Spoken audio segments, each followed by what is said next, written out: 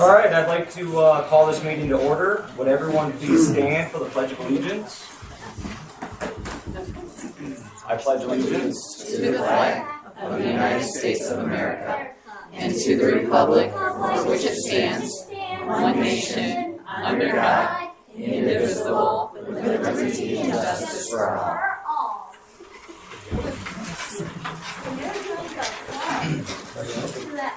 All right, Laura, would you please note board members and administrators present?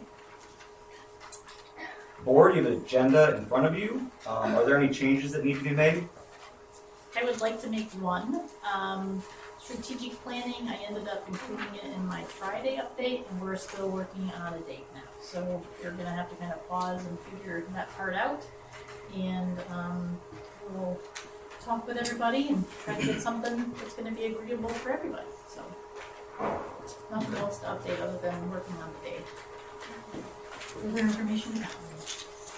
All right, so we'll be moving that from the agenda, and then multi-factor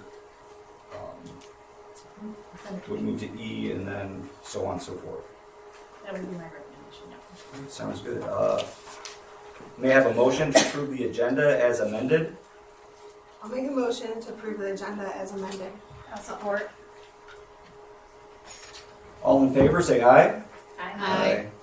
All opposed? Motion passes 6-0.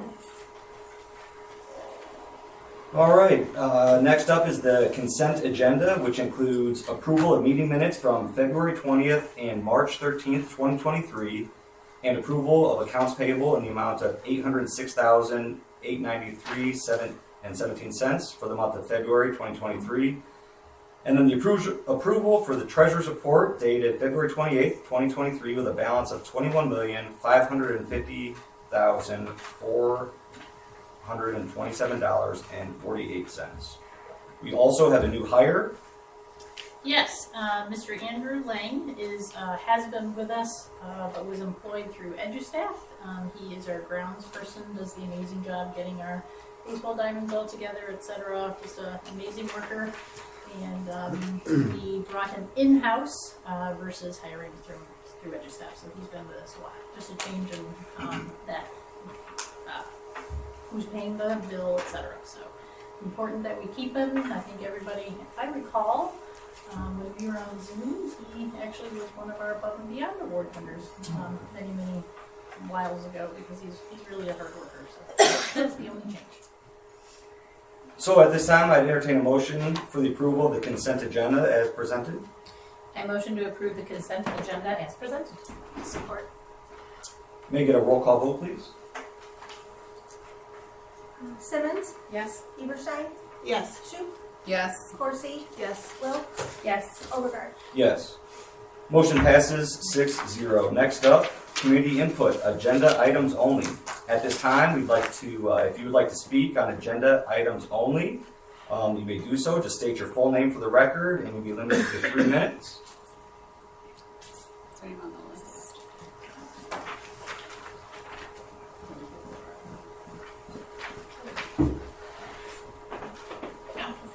Beautiful. Nope. All right, perfect. Superintendent's Excellence Award. Oh, very excited about this. So recently, as many of you know, we had our jump rope for Heart-a-thon, and we earned, our students earned a lot of money. And we had one young man who topped it out, and I think became the superhero of Heart-a-thons. And so we wanted to make sure that he was recognized this evening. And before we do it, I hope it's okay with the parents, but I would like to show you, Channel 3 did a piece on it, and I think Mom helped put this in place. I have never had a Oops, a little bit louder. student reach the top level. I have never had a student do $1,000. Colton, you are the first student in Galesburg-Augusta history that's raised over $1,000 for the Kids Art Challenge.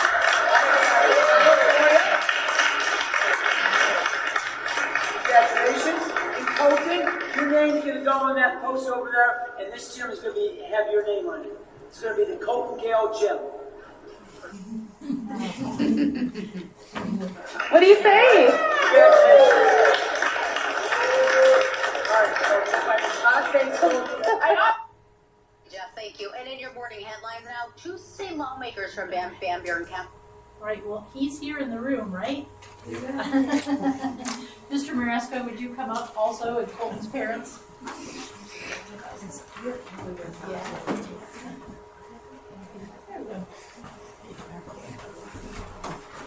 I'll get out and come back. You're getting to be famous. Yeah. Huh? Good job. And you That's so have someone cool. take a picture. I got it. I don't have Sean. She's got you. They both take it. All right, Colton. So I'm Miss Summers, and I'm so excited that you are going to receive the Superintendent's Excellence Award tonight. And if it's okay, I'm going to read a few things. Okay? All right. Here it goes. It's my pleasure to share that Mr. Marasco has nominated you, Colton, for the Superintendent's Excellence Award. You are currently in first grade. Is that right? Yeah. All right. And you've been nominated for your work outside the classroom, as we just all saw. Mr. Marasco would like everyone to know that Colton does work hard, very hard in PE every day. You're on task and you practice your skills. And recently, we held the annual Kids Heart Challenge. It's a big fundraiser. And I'm going to have Mr. Marasco say a few words in a second. But I understand that you participated and generated over $1,000 for the first time in GA history, and it was over $2,000 total, wasn't it? Mm-hmm. Yay! Oh.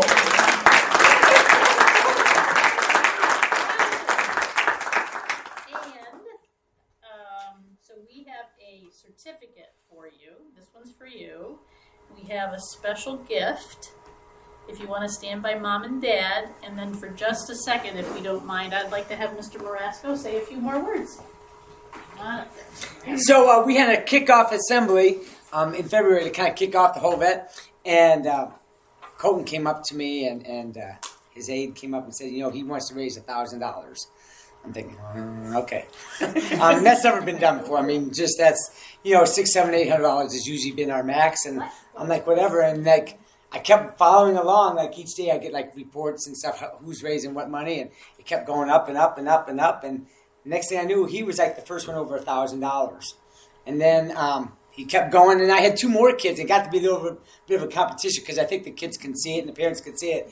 And Colton just kept doing what he needed to do and asking people and going out there to raise money for the American Heart Association. And he ended up, I believe it was $2,053. So Colton, I really appreciate it. But what's more important than raising the money, Colton, is that you raised money to help people who are going to be trained in CPR and help doctors and scientists and all those people, help people who don't have healthy hearts like you and I have. So the bigger cause, it's great to get the $2,000, but you made a difference in lots of people's lives.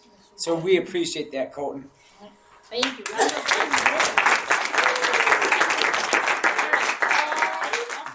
All right. Can you stand right there? We'll tell you what this is.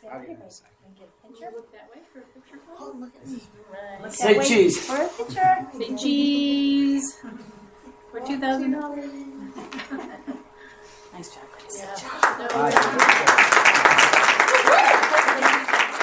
I do want to say that as a school, as a district, we raised more money than ever. We did $11,500, which is amazing because we didn't do 4th and 5th grade this year. So that was an amazing amount. This community does an awesome job with that. So just from a community standpoint, it was awesome. It was an awesome event.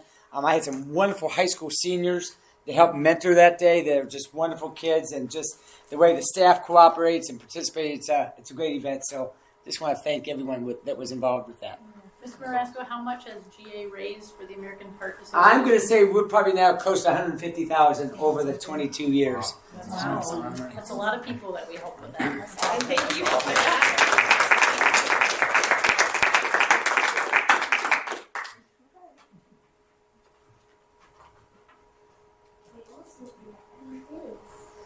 All right, yeah, next up is the celebration Above and Beyond Award. Yeah. It is my pleasure tonight that we have a recipient of our Above and Beyond Award. Last month we had Eaton Cummins with us over at the middle school, and this month we are going to recognize one of our own. So Bethany is right there. Bethany, how about I read it, and then you can bring your whole family up, okay? All right, sounds good. So Bethany Stanton is our new high school counselor. Mrs. Stanton taught band and music for 8 years at Centerville. Outside of school, she enjoys spending time with her family and being outdoors hiking, biking, or taking care of animals. Mrs. Stanton volunteers with Michigan 4-H and also judges open and county fair goat shows throughout the summer. She joined our team in October. As you recall, we started the year without someone, and she's been making improvements ever since. Mrs. Stanton first tackled credit audits, ensuring that every senior was on the right track to graduate this spring. She met with students individually to get to know them and inform them of their academic status and needs, and she quickly helped get a plan in place, along with making sure their schedules were set to meet graduation criteria. We have all our seniors on track to graduate this year. And I'll just quickly add, she's not been a counselor before, so she's done all this in a very short amount of time. And having all of our seniors on track to graduate is a huge accomplishment. Let's give them a round of applause.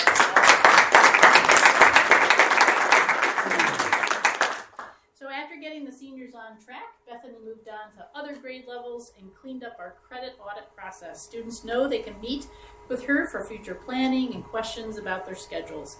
Mrs. Stanton did not stop with student credits. She quickly moved on and began working on a few other projects that are helping to create systems in our CTE, EFA, which is like a CTE but with arts, CAMSI, our Science Center, dual enrollment, and early middle college programs. Bethany has become a power school guru, and I know that if you recall, Dr. Newton was on a big hill like that too, so I'm sure she is glad to have someone climbing that hill with her. Bethany also had a recent project, recent project 0. Is that what I can't quite see her. Recent project that allows students to select their own courses. That's what it was. Sorry, I had a mistype for myself. For the year 23-24. Having Bethany as our high school counselor has been one of this year's greatest gifts. Thank you for your patience, your wisdom, your quick learning, and dedication. We are grateful to have brought Bethany on board for her work ethic and her teamwork. Bethany, congratulations, and come on up with your family, please.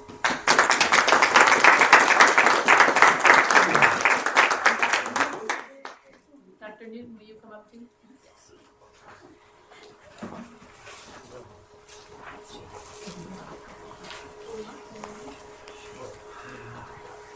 Okay, so this is Mom's nice award. Okay, we're gonna hold it. Yep, you get to hold it.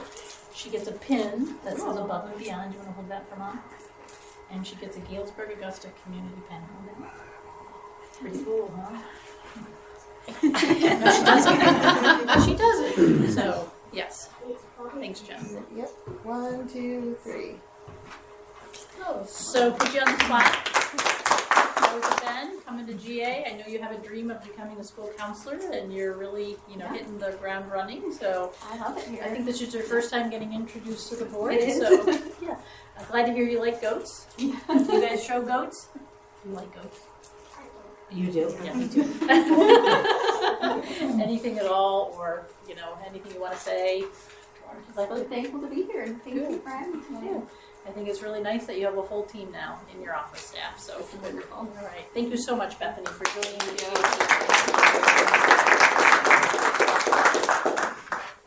All right, Colton and family, Mrs. Stanton and family, thank you again so much for being here, and congratulations on your awards.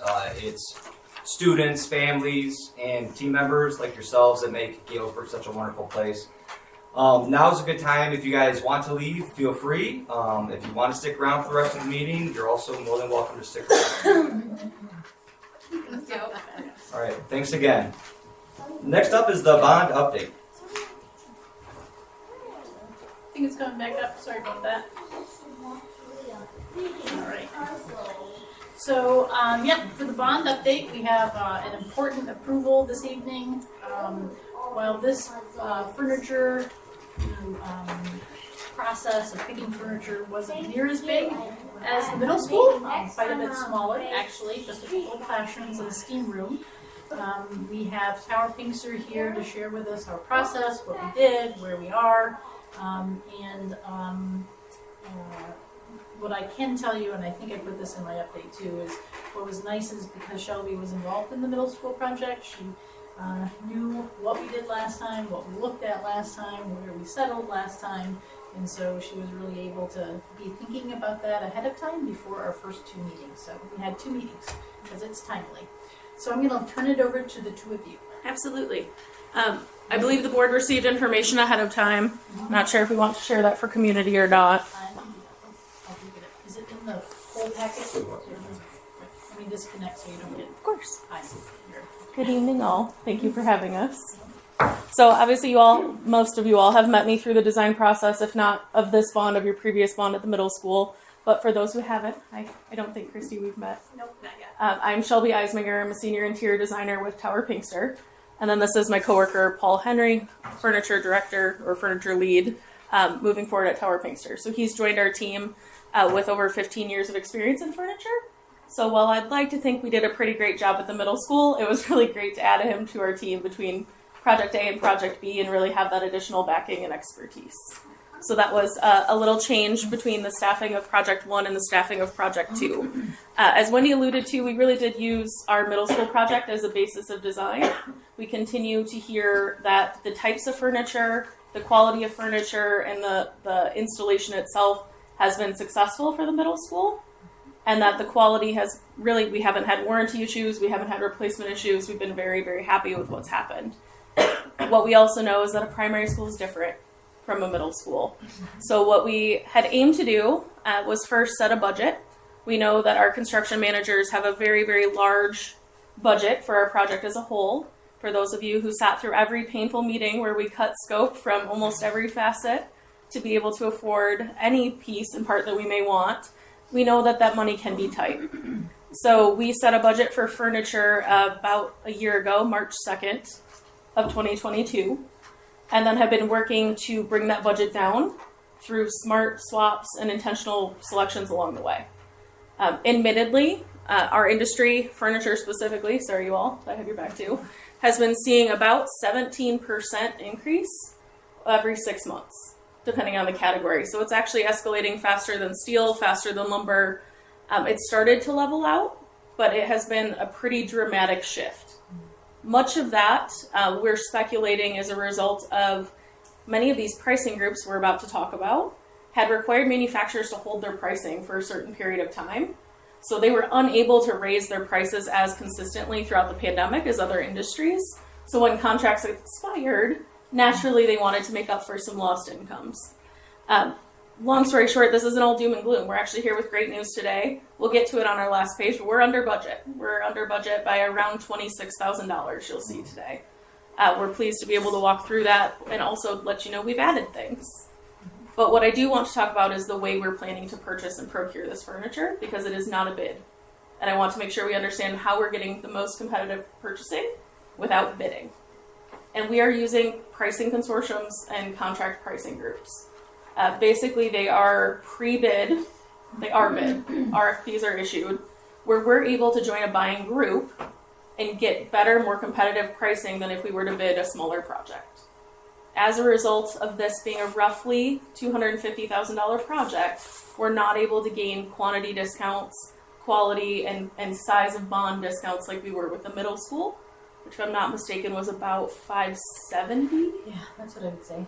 And even that was considered a small project for furniture, doing just that middle school at that time. So we looked at a number of different groups. Most of them include Omnia Partners, TIPS, NCPA, and we looked at the same groups of manufacturers that we originally vetted for the middle school. So not only who did we award to, but who were all of the players that were on that table day one. And then we looked at their version of as close to apples as you can get, what would be the compromises on those different products, and then worked forward from there. What we found, which was actually surprising to both Paul and myself, was that many of the manufacturers that we used are actually still very competitive, or in some cases the most competitive for this primary school project. As a result, we were able to maintain the exact same 3 dealers and all but one of the same manufacturers of the furniture and stay within our budget, which is really great news for ongoing warranty needs, additional pieces we may need to procure, any dealer service we may need. So very, very happy with those results, and we'll walk you through some of those changes in a little more depth. But we were able to use the same exact manufacturers as the middle school, same dealers, and move forward under budget. Questions on that before we jump into more details? And we were worried about budget, so thank you, Paul and Sean. Yes, and I admit, as I said, our budget was a little conservative. We were very, very nervous about what we were seeing in the industry as we continue to get pricing back from Triangle, our construction partner. Our industry continues to push that threshold of tolerance, whether it be because of labor, install prices, or material costs. Those things, unfortunately, are making more and more of these projects less feasible. So we did estimate a little high in our initial estimate, trying to give us cushion to be sure we were able to furnish this project.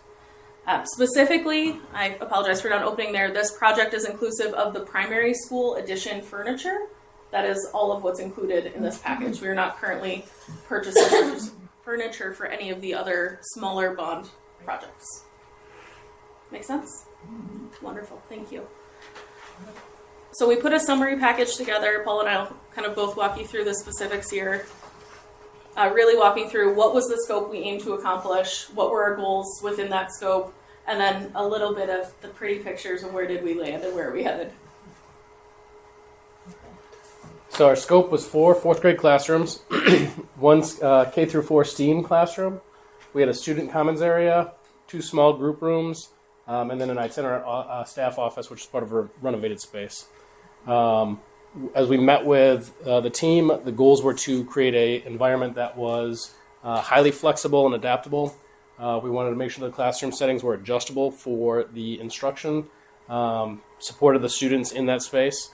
We wanted to make sure that we were creating a dynamic STEAM space, something that was a bit of a wow factor as you're going in there and the kids are using that space. Like Shelby said, we wanted to build on the success of the middle school furniture that you guys have already selected.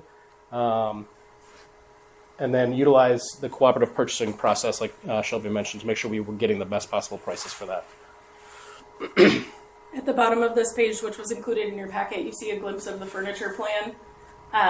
Again, without getting into too much of that detail today, you're seeing on the top left the STEAM classroom, which will have quite a bit more furniture and quite a bit more budget associated. We'll walk you through. And then the 2 groupings of 2 for the 4 total classrooms, intentionally shown with the furnishings different, as we will walk you through. We selected pieces that allow a lot of adaptable arrangement, so every room can look entirely different within that kit of parts. Our common space are directly to the south. Thank you. Perfect, Vanna, over there with the cursor. Just south of the STEAM room to give opportunity not only for STEAM breakout, but for classroom breakout. Pardon me, still coming off a cold. As we move back towards the original building, which is down the right side of the hallway, we included 2 small group rooms. Those small group rooms were really a model, not unlike what we had done with the glass houses at the middle school, if you've seen that work, where we have many itinerant staff and not adequate space for offices or adequate space for one-on-one groups between the itinerant staff and a student. So getting them a space that has a fair amount of acoustical and visual privacy to be able to conduct that work. So those spaces are not intended to only serve 4th grade. They're intended to serve the entire building population. As we move past to the right, there's 2 toilet rooms, but we come around, and I believe is it Mr. Bob's classroom today? Mr. Bob, yeah. So again, trying to create space for our itinerant staff and giving them an opportunity to collaborate and to push out into our student groups. We did rework Mr. Bob's classroom to include some additional itinerant staff desks and conference table that can be flexed up and down based on the number of staff we're bringing in, different purposes, and then can additionally be used for meetings as needed. Yeah, they have a hard time with a big enough space for holding, say, IEPs for our students. There can be a lot of people at the table, so this will give Sean and his team a lot more flexibility with that. So he's looking forward to that. They currently have folks in very small music practice rooms, and I will not use the word closet, but they're very, very small spaces, not intended or necessarily designed for folks to be meeting with students in. So this gives us an opportunity to pull offices out of those spaces, return them to their original purpose, put the staff in one shared office, and create more intentional spaces for students and staff to meet together. So being much more intentional about the way we use the efficiency of space. In the classrooms, the desks for the students are kind of this curvilinear shape. There's two. There's a convex and a concave. You can see some of the configurations off to the right side there that you can see how they start to arrange so that you can have individuals, you can have groups, you can really get into some teacher-led settings or some team-led settings. With that furniture, it's got a pair of casters on each of the tables, so there's a lot of flexibility and easy adjustment in that space, whether it's by the teachers or by the students. All of the tables puzzle together basically, so the way the shapes are, including the teacher desks and the student desks, whether it's a single or a group. What I will Go ahead. add to that is we had met with Catherine, and I apologize, I don't remember the second, fourth grade teacher, through the design process when we were in the original design project before furniture began. And it was very critical to them that we had more than one teaching wall in this space.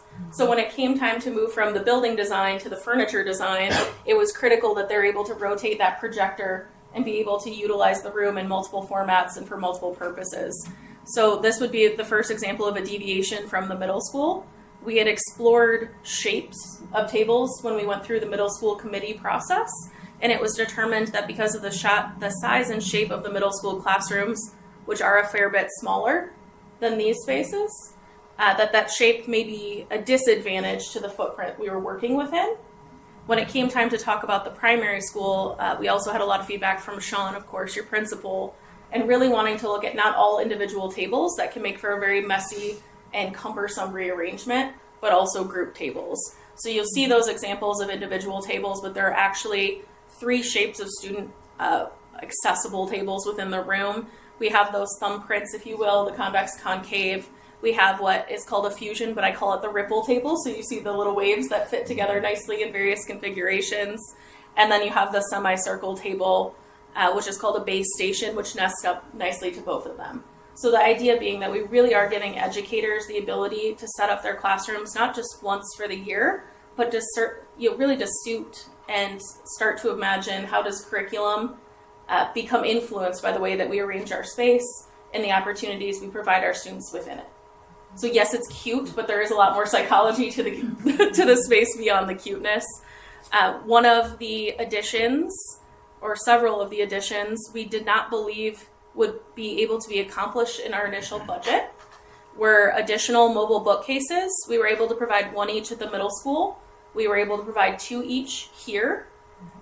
Those bookcases were actually, based on feedback from Catherine, asked to be changed to tote cabinets, which are just these, plastic drawers that they're able to configure for different manipulative student work, whatever it might be. So we have 2 large single-sided tote cabinets, and then we additionally were able to provide 4 low mobile bookshelves to continue to give additional storage. And one final request that I think Paul and I might have actually laughed a little unintentionally during the meeting was, can we get some additional sorters, almost like mailbox style, for what our students need to take home with them?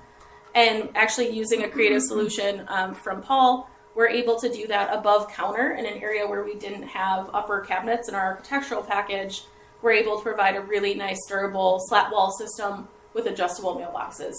The issue was floor space, which is why you correct. We're out of our floor space. We're out of room, as you can see. It's that fine line between giving us as much storage as possible while still making the room usable. As we start to bring those walls in and close it in with furniture, it's less and less likely that those rooms will shift, which is truly a disadvantage to our students. So Shelby, if I'm correct, the left side up there is all the cabinetry. We got them. Yep. Yes, correct. And then this is the teaching wall. We have a teaching wall at the south and a teaching wall at the east, which is the demising wall between the 2 classrooms. And then our north wall and one around the other side of the building, our south wall, is a very large, expansive window, which is very, very similar to the existing windows, which are almost wall-to-wall within your classrooms. So we were able to prioritize natural light maximize storage to the best of our ability while still giving them those 2 posture configurations. I will laugh. I don't know, Sheena, if you're still back there. So one of the complaints we got from 4th grade is the fact that the tables have wheels and that kids go like this and they fall over. Well, if you'll notice, these are different. Their wheels are on the side versus the front. You see that? Yep, So I they're noticed. hoping that keeps them from tipping them over. The center of gravity is different. So instead of them being on the long edge of the table, they're on the short edge of the table. So it's not all four. And again, to the point of wheels, the wheelbarrow style, as we call it in our design world, is intended just like the middle school. We only have 2 wheels on tables, not 4. And that way, when you put those legs down, the table isn't something the kids are just sliding around. And we do not recommend wheels on chairs for students. It can be a distraction. It can be a detriment. So no wheels there as well. 2 other things as far as the seating is concerned. We are right-sizing down to a 4th grade height, so they're not sitting in the 18-inch high. It's down to a 16-inch high, and each classroom has 4 of the wobble stools in it as well, so that there's an opportunity for some of the kids that need a little bit more opportunity to wiggle while they're sitting. That is provided for them.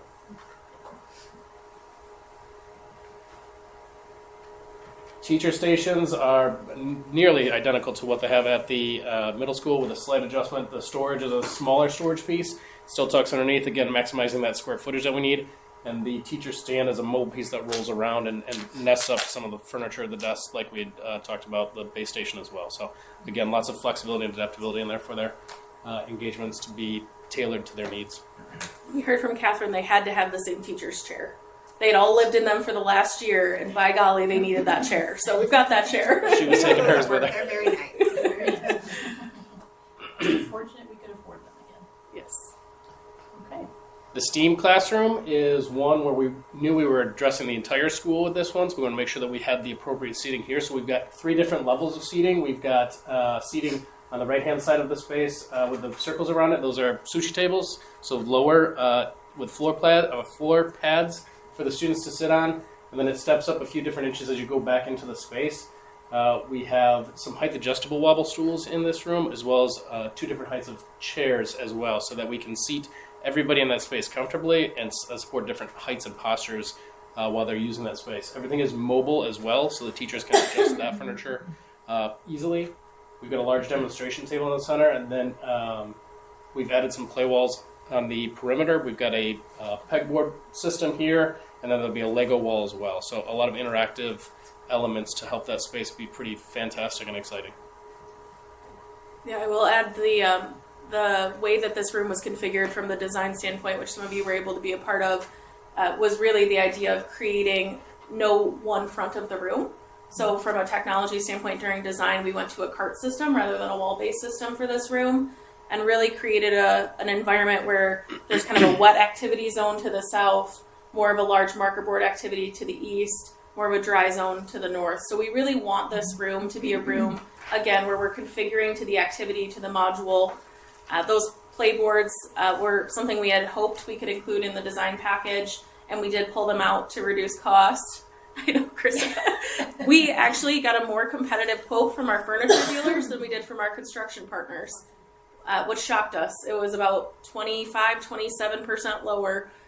So with our competitive purchasing contract, we were able to include those in this package, which we were not anticipating.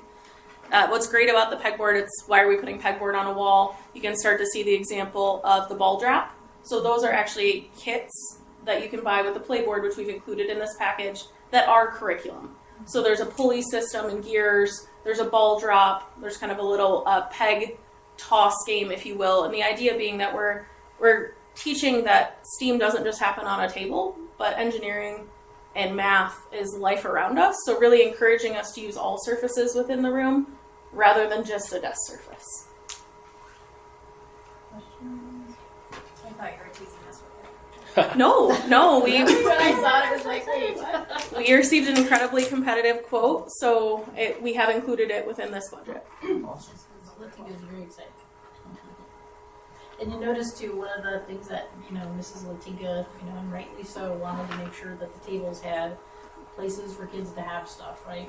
She has a lot of projects, she has a lot of storage, but she also needs that at the tables with kids. That far right image was a table that she had selected during design as her preferred table. And I will be honest with you, it's one of the most expensive pieces we're putting in this entire project. I'm not gonna lie to you. But we were able to get it again at a competitive rate. And because we did reduce the amount of cabinetry in her space during design to save money, we felt like it was worth returning some of that storage that was lost in the furniture itself. So we have the totes underneath, and then it additionally has the tray inside that allows for some of the supplies right at the table.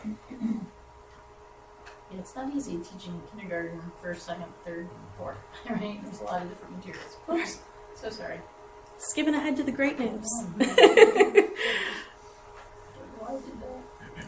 Some of your furniture for the commons and the small group rooms, we've got a blend of seated and lounge, some flexible and adjustable furniture, some grounded tables for groups, a nice variety for those three spaces. One of the small group rooms will be lounge seating, so you've got a little bit of a different feel when you go into that space, a little bit more relaxed and comfortable. Another one is a little bit more traditional with a table and chairs at it. So really giving a couple different opportunities, and then some good collaboration out in front of the steam room with the gathering tables and a couple smaller tables as well. Mm-hmm. Adjustable furniture, whether it's ottomans like this, there's a bench a little bit lower in the image there, and you can see the large gathering type table. We were a little more restricted here than we were at the middle school because, again, this building is unsuppressed from a fire suppression standpoint. We were very limited in what furnishings we could put out in the hallway. So some of these larger table pieces and larger benches aren't as movable. And so that does create a little more of a fixed grouping than we might have otherwise designed, but it allows us to have those additional spaces without violating our fire code. So that's very important to us. Life safety and fire code are very important. What's not shown here is that some of the tables and chairs that you see in your plan nest up to a built-in bench that's built along the window. That bench, again, was very intentional for fire code because it's immediately adjacent to the egress door. That bench becomes a blockade to prevent furniture from going in front of that door. So probably more detail than you care about or than you need, but just helping you understand how we landed where we did and why. Just as the middle school, and I know you've been inside the primary school, you see all the soft furniture spaces. So even if a child is in, say, with a school psychologist, going through some things, they can still be in comfy furniture. There's a little desk there for the itinerant staff, or whatever situation it might be. So I think we've got a good mix of what we need for a person who's taking notes or has a computer, is also for a child to be comfortable and hopefully doing their best. We did prioritize more bleach cleanable furnishings in the fabrics at this building than we did at the middle school for two reasons. A, availability. To be honest with you, the pandemic, if there was anything good that came out of it, it was manufacturers holding themselves accountable to stronger cleaning solutions on their products. So there's actually more durability in these fabrics standard than there was in typical fabrics 5 years ago. I know that's crazy to say, but it's entirely true. So if we had to find a silver lining for the furniture world, there it is. So we actually have every single fabric that we put on this project is cleanable with some form of bleach dilution, usually 9-1 or 10-1 bleach to water, which was completely unheard of as a standard in our industry a few years ago. So no woven fabrics, even though the woven fabrics we have in the middle school are back to prevent moisture seep. We did not repeat those fabrics here. We focused on purely our much more durable vinyl and bleach cleanable solutions. So like Shelby said, we had a budget of $250. We were targeting around $249,536 when we were pulling everything together. Which we rounded up to $250. We used safe numbers as we were going through the process, like Shelby mentioned, to make sure that we were covered on everything. Once we got our quotes that are on the contract purchasing opportunities from the vendors, the three vendors that we have are Great Lakes Furniture, Duell, and Custer, which are all vendors that you'd used at the middle school before.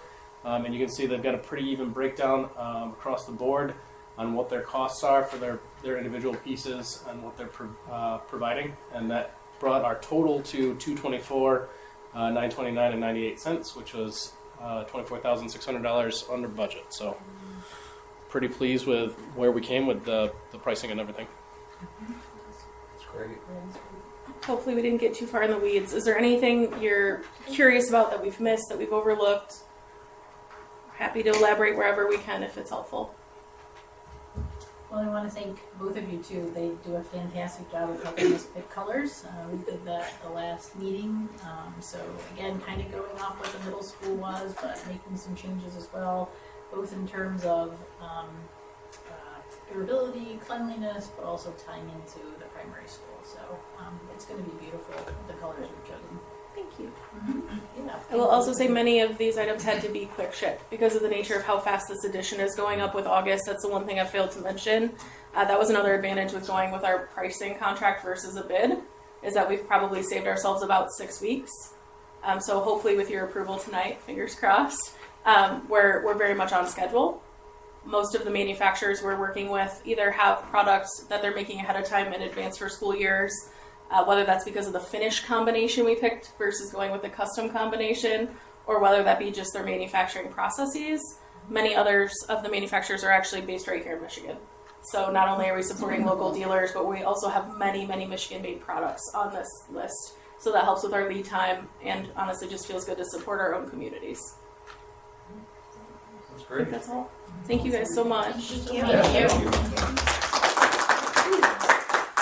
Thank you again for the preparation, the reports that were provided, and for the detailed presentation. All right, next up is multi-factor authentication. Yeah, just a quick update. As all of you know anymore, go off. I'm trying to go back and forth. If you go into your bank, or if you go, like I've been recently doing FAFSA with Cooper, as probably a lot of parents are, then in order to get in, you try to get in, and then it says, oh, I've got to send you a code, and are you going to get this at your phone, or are you going to get it at your email?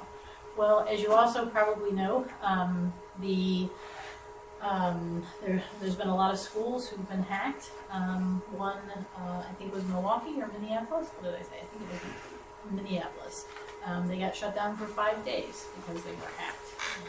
So one of the things SETSAG is our insurance company, as it is the insurance company for a lot of school districts, and they've pretty much said that if we don't go to a multi-factor, well, they have said, if you don't go to multi-factor, we're not going to cover you, or you're going to see an increase in your rates.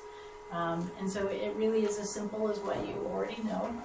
And we just talked at the superintendent's table today. We're all going there because of that, and because we certainly can't afford to have something happen where we can't get in our system, data is lost, etc. And they're confident that if there is the second step, it'll keep folks from being able to get into our system. So just know that that's coming. I know a couple districts who have already gone there. It's about downloading an app. And there's one other way folks can buy themselves like a chip. So there's a couple ways to do it. We're hoping to bring it on before the end of the year, get the folks trained. I'm sure you're not surprised that we have to go this way, but they're getting so good at hacking anymore, and it's a way for us to protect ourselves and for our insurance companies to know that they can cover us safely. So just wanted to give you that update in case, and I don't know why I can't find it again, but I will go up there. Okay. All right, thank you. Yes. Next up is F, custodial service update. Yes, so Philip and I have still been working, as well as Frank. As you know, we're trying to compare and assess. Let me just bring this back. I don't know how I close it.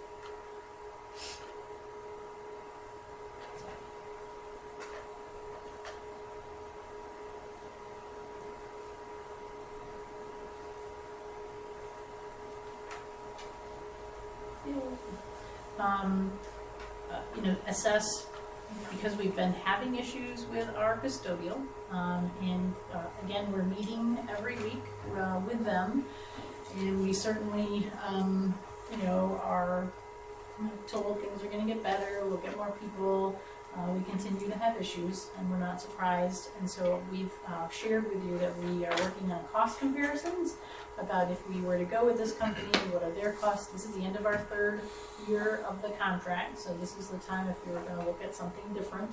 So we're getting prices from them. We're taking a look that if we did hire some inside, maybe others from outside, I think I gave you the example last time that there's a couple of districts who have their own staff during the day, it's a critical time, and then they have a third party in the evening, or a lot of them have their own, and some of them are looking. I don't think the person from Comstock has called him back, by the way.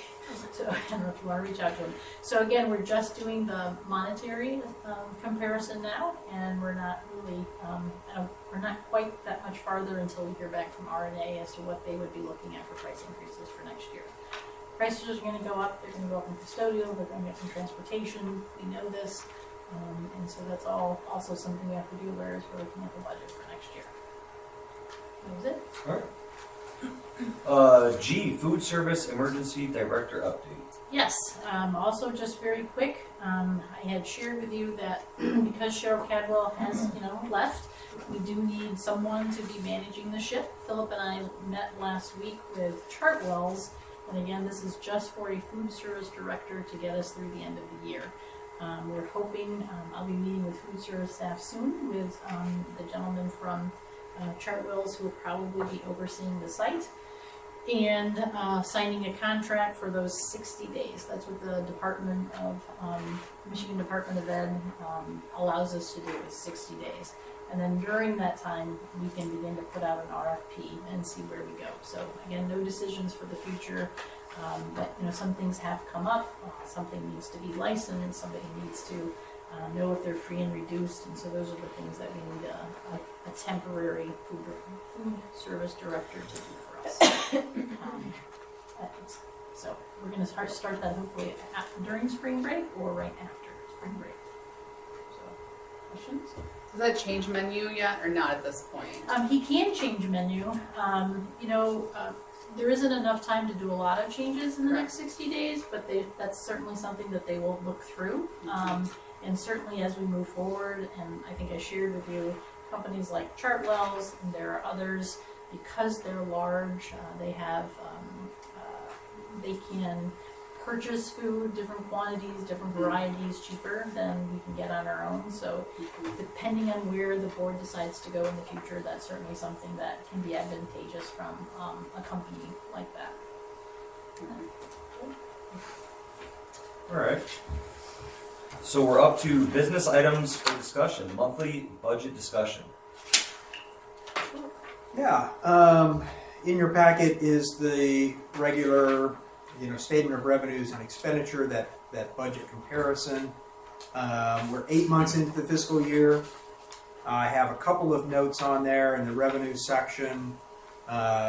Just note number one, that we received some grant funding that's not included in the budget. Helps to explain that variation from the prior year. And then number two, under federal revenues, it's the timing of that big funds draw. We drew down some funds a little earlier than we did in the prior year. Other than that, things are on track. I'm not seeing any issues or any other items to highlight, but I'm happy to answer questions. Any questions, board? All right, thank you, Philip. Communications, public participation. At this time, if anyone would like to speak, please feel free to come up. We would just ask that you state your name for the record, and you'll be limited to 3 minutes. All right. So we'll move on then to business items for decision. First up, furniture approval for the primary school. Yes, and I did just make sure that Philip understood why we didn't have to put it out for RFP and how this stuff was already bid by going through a consortium. And Philip and I both agree we're following board policy, and you've seen the presentation. You know we're on a time crunch, and so we'd very much like to move this forward so that we can get the purchase orders out there and get things here by August. All right. At this time, I'd entertain a motion. I'd make a motion to approve the purchase of the primary school furniture as presented. A second. Board, is there anything to discuss? Excited. Yes, I think they did a great job. It's amazing how flexible all the furniture is. And as Mr. Sportell said, we're building classrooms for the future. And I definitely feel like they've done that. Great. Laura, may I get a roll call vote, please? Simmons, Yes. Lieberstein, yes. Shoup, Yes. Forsey, Yes. Wilkes, Yes. Overgaard. Yes. Motion passes 6-0. Next up is the resolution for the Jewel settlement. Yes, we talked about this at our committee of the whole and last week Monday, and there is a settlement. The approximate amount that GA would be entitled to is $23,083 minus attorney fees. We don't get it all at once, and I think the final settlement won't happen until fall. But as I had indicated, Mrs. Newton, Dr. Newton, and Mr. Dolph, I think you compete as to how many vapes you take away from children every day. I don't know if that was being a joke or not, but it has, the number, the quantity of students who are using it. So what would be really helpful, there are vape detectors that are coming along. Some are more expensive than others, but that would certainly be where we would dedicate these funds. And we just have to sign that resolution so that we can move forward. Board, at this time, I'd entertain a motion. I'll make a motion to approve the resolution to accept the settlement with Jewel as presented. I'll support. Board, anything to discuss? May I get a roll call vote, please? Sure. Simmons, Yes. Lieberstein, yes. Shoup, Yes. Forsey, Yes. Wilkes, Yes. Overgaard. Yes. Motion passes 6-0. Last up is the appointment for the recording secretary. Yes, last month we appointed the others, but we did miss Jane. She is appointed the recording secretary for the foundation, so we're just fixing that hole that we had last month. Board, at this time, I'd entertain a motion. I'll make a motion to approve the appointment of the GACS Foundation Recording Secretary as presented. I'll support. Anything to discuss, board? All right, roll call vote, please. Alright. Shoup, Yes. Lieberstein, Yes. Forsey, Yes. Wilkes, Yes. Simmons, yes. Overgaard. Yes. Motion passes 6-0. Next up, communication, board comments. Is there anything that a board member would like to comment on?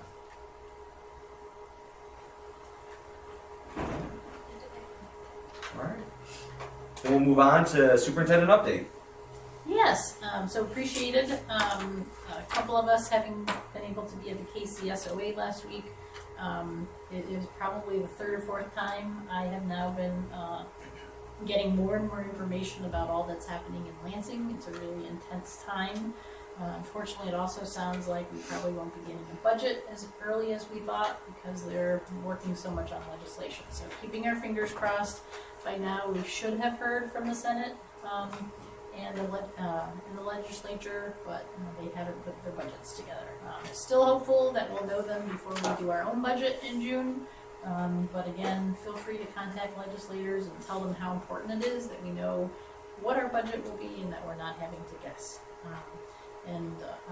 The other was that the middle school principalship, the window closes this week, so we'll be setting up some dates. We'll likely do what we did with Dr. Newton's, which is the admin team will go through and kind of narrow them down and hopefully bring 2 to 3 to the whole staff and others that will be a part of that team.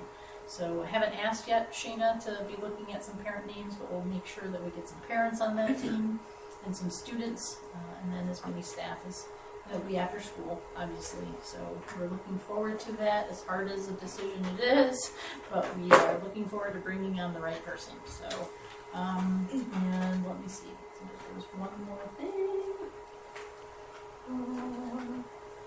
It's not going to me. Nope, that's all I got. Can't think of the other one.